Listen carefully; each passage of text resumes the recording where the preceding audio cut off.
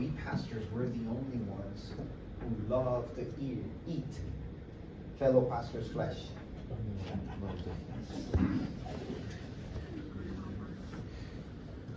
Come on now.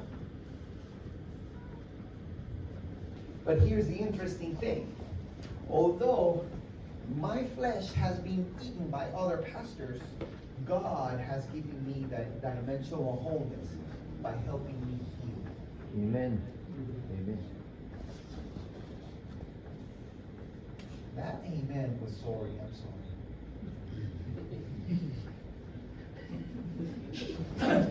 Let me maybe make it a little bit stronger with a story. Is that okay? Amen. I'm 20 years old. The day I turned 20 years old, I came and received the keys to 12 schools, 12 churches, 2 schools, and a bakery. That's my first district. 12 churches, 2 schools, and a bakery.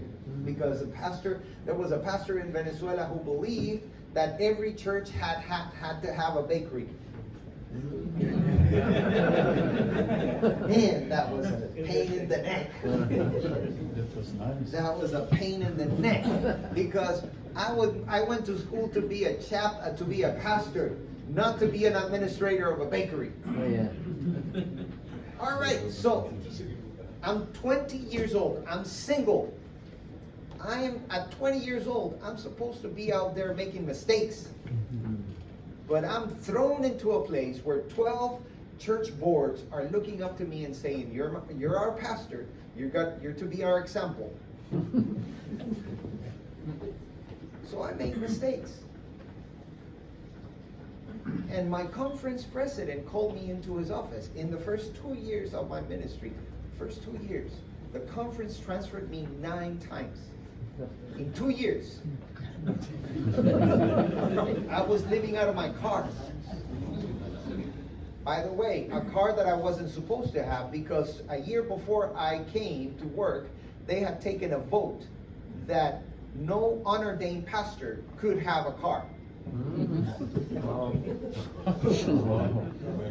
How am I supposed to take care of 12 churches, 2 schools, and a bakery without a car? Well, I was supposed to be hopping from bus to bus.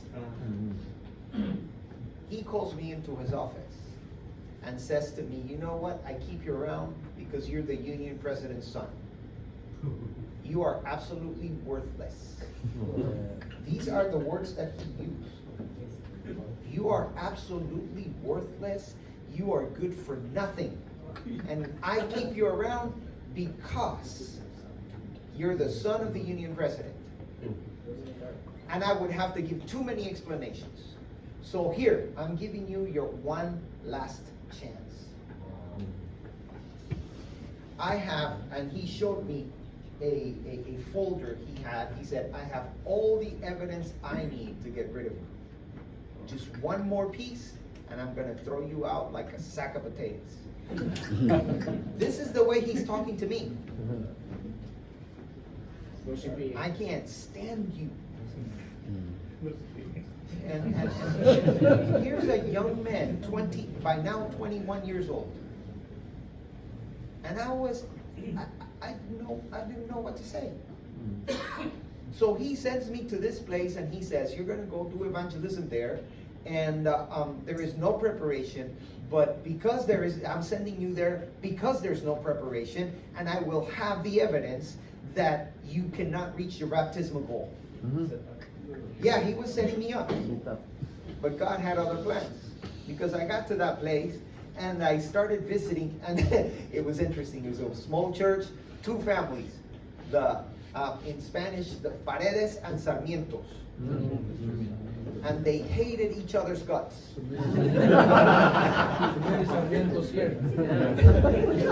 So many Sarmientos. And Paredes.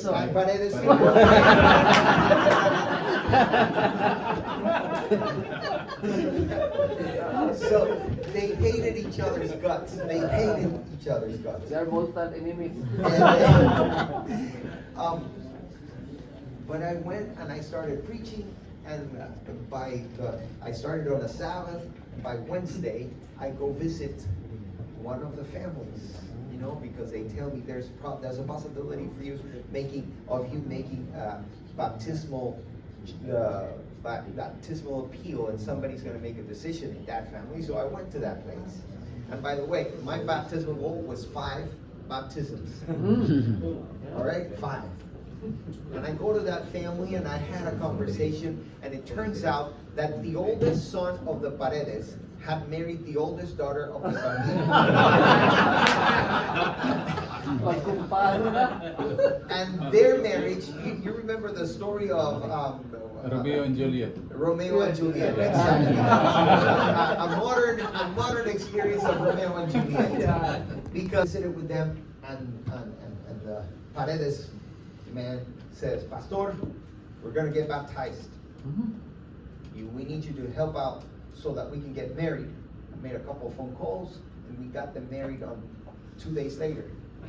And then he says, I'm thinking, okay, I got 2 baptisms. He said, no, we're the whole family getting baptized. So 1 baptism, we baptized 10 people. I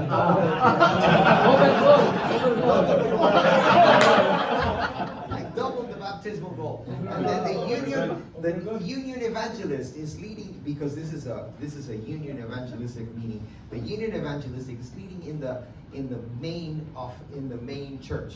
And because I did that baptism, he says to me on Sabbath morning, you're not going back over there. We're gonna get a bus so that we can bring the people from that place to the central church, and you're gonna be my Bible worker. And he had the baptismal goal for that church was 40 baptisms, and it was hard. I used to sit in the back of the church. I saw this lady that would come with a bus load of people every night. I went to her. She said, Pastor, I've been waiting for one of the pastors or one of the Bible workers to speak to me, because I have a bunch of people ready. You want to come over and visit with me? I said, yeah, sure.